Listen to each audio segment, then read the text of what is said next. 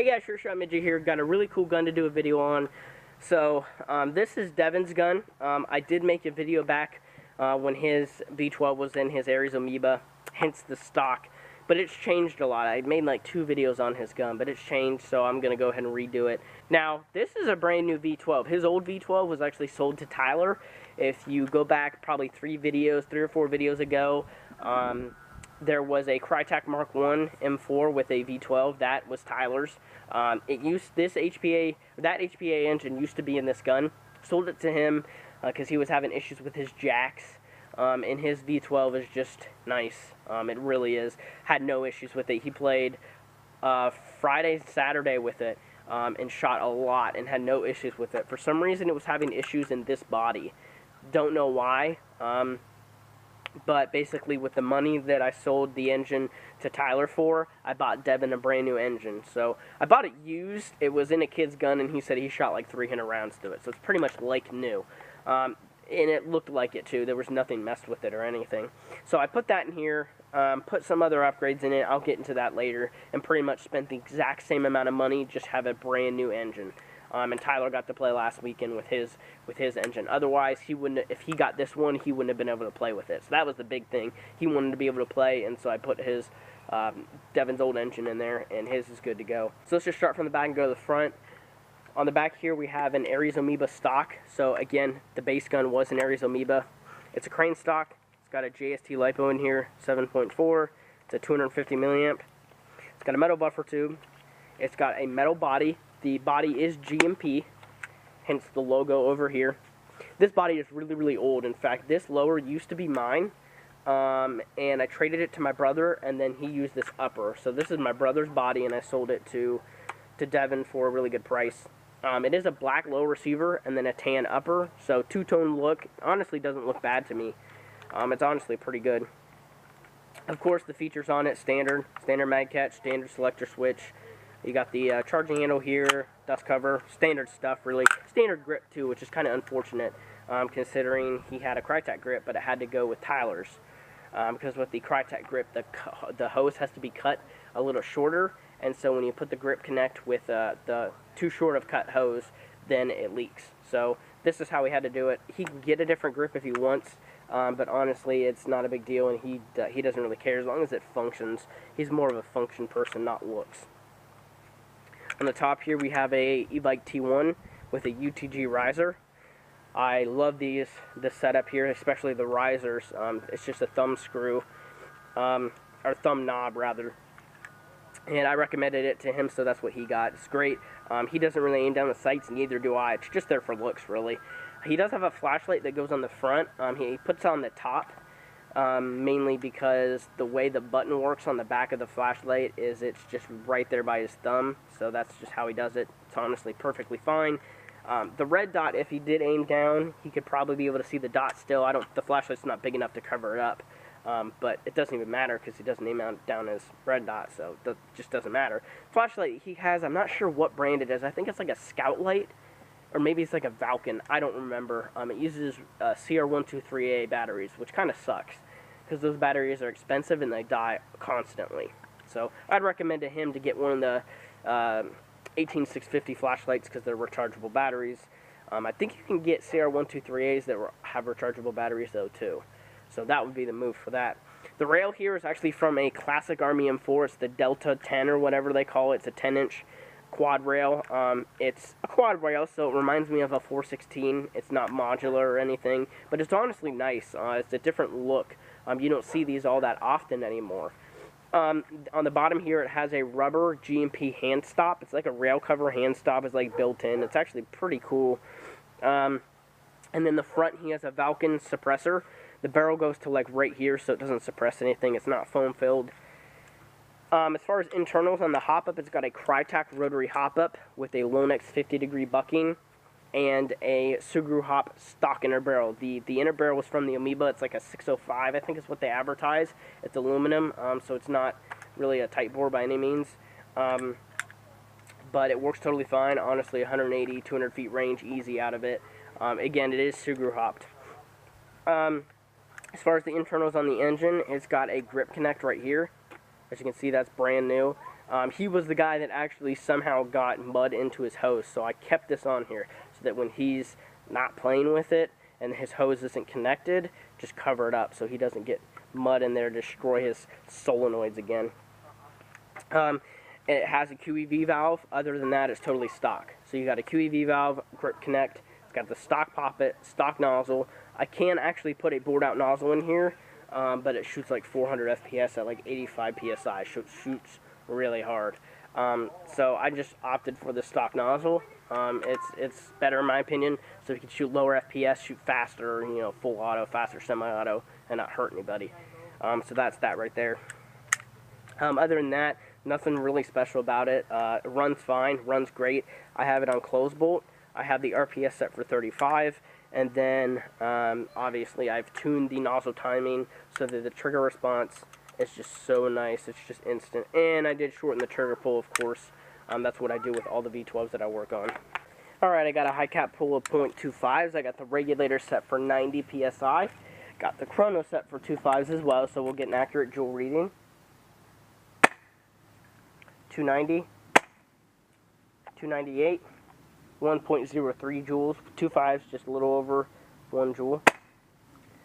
295, 299, 274, that was way low, that was definitely a fluke there. 284, 298, 297, 297, 300, 298, 298 again, wow, 297, 289, 299, 300, 297, 298, so fairly consistent. He uses an SLP air rig, so it's a little bit more consistent than mine, so he should have no issues. It's 1.03 joules roughly, so just above 1 joule with the 2.5. That's not even, like, there's no way you're going to hurt somebody at that. I'll rate of fire. Let's go ahead and test rate of fire. It's set for 35, but unfortunately V12s are like 2 under what you set, so it's probably 32, probably 33. 33.88, so about 34. So that's where he'll run this. 35 RPS is a great RPS to run at.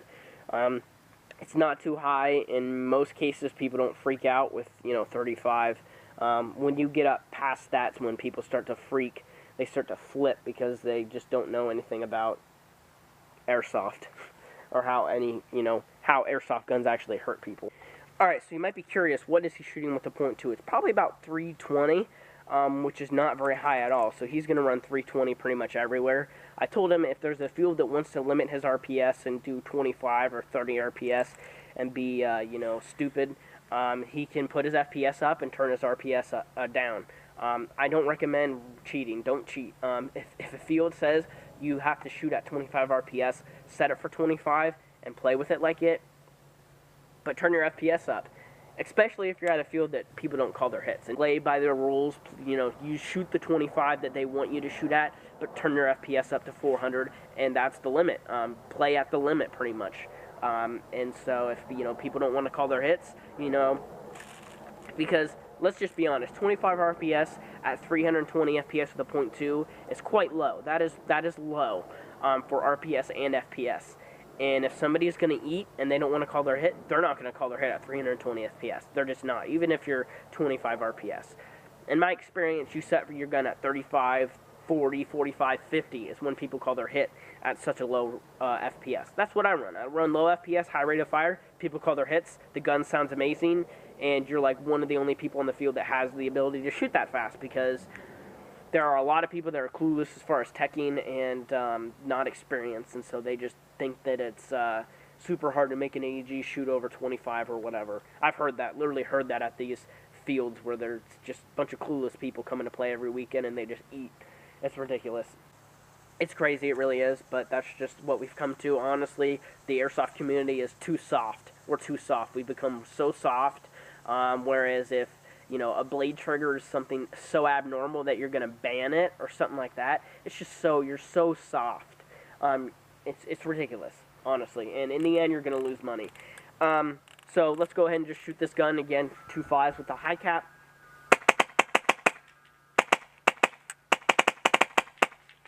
I do have the hop up set pretty high, so it is over hopping. I prefer that. Of course, trigger response is just nice. Alright, let's try some full auto here. 35. Awesome. It's honestly so nice to be able to see this gun shoot above 25 RPS. When the old engine was in here and the Amoeba body, it just shot bad. It wouldn't feed above 25. It was like the BBs would go like 30 feet and go straight down. It was feeding, but it was just blowing air back into your face. It was just awful.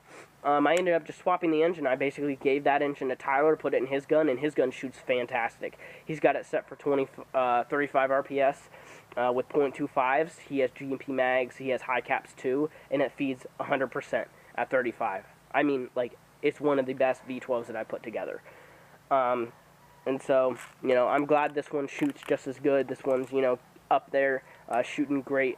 Yeah, pretty much almost all the V12s I've ever put together have been great. This one had been the most pain until I swapped engines and swapped bodies and swapped hop-ups too. And it's just been nice ever since.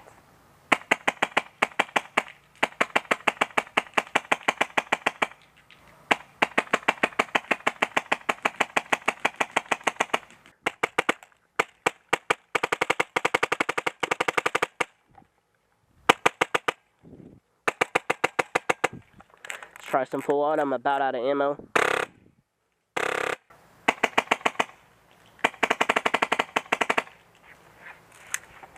So you can see it shoots fantastic, and this thing's only shooting like 310 with a .2. It's crazy.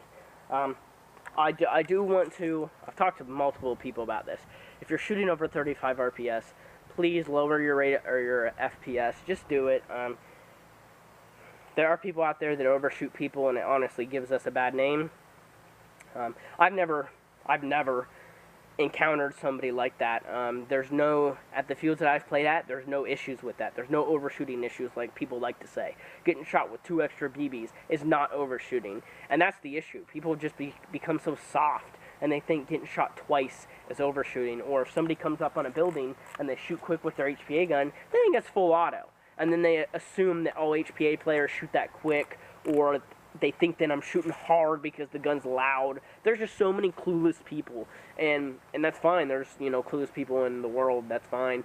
But the biggest issue is when field owners, they start to listen to that. Listen to people that have no idea what they're talking about, and then they make rules, or the owner themselves are just so biased that they can't even see past their milsim ways or whatever. They're just stupid rules. They think that, you know, by making these rules it's going to bring more players in or have players return. Most of the time that's not the issue. People normally don't say, oh, I'm not going to play airsoft anymore because I got shot at a high rate of fire. I've never heard that before. Most of the time it's the field owner's a freaking retard, or there's a bunch of cheaters, or the field layout's not good, or they just don't want to play airsoft because it's not the sport for them. You know, that's more of the common things that I've seen, and I've played airsoft for 8 years, so I do know what I'm talking about, believe it or not. Alright, so let's shoot it some more on full auto. See, the feeding is fantastic. I know you guys on YouTube, you just want to see me spam my trigger. Alright, so thank you so much for watching. If you have any questions, go ahead and let me know. And if you want to talk to me, I will have my Instagram linked below. So if you want to DM me for any reason, you want to talk about RPS limits and how stupid they are, blah, blah, blah, just go ahead and DM me. We'll talk. If you want to buy a patch, go ahead and DM me on Instagram. I'm selling patches. If you have not heard, go follow me on Instagram and you'll see pictures of them, so you can, and prices. It's $10 for a patch. And if you buy like 5 or 6 or 7 or 8, I'll give you a good deal if you're buying a lot, because that'll help me with shipping, because I'll just put it in one package and I'll cut you a deal, trust me. So if you have any questions, let me know. I'll see you on the next video. And yeah, remember, if you're shooting 25 RPS, better rise your FPS to 500.